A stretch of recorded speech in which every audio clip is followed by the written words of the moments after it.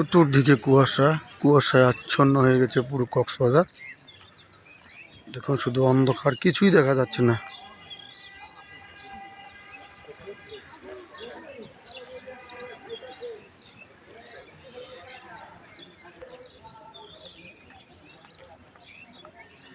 কুয়াশা আচ্ছন্ন চতুর্দিক, কিছুই দেখা যাচ্ছে না। সবাই দেখতে পাচ্ছেন।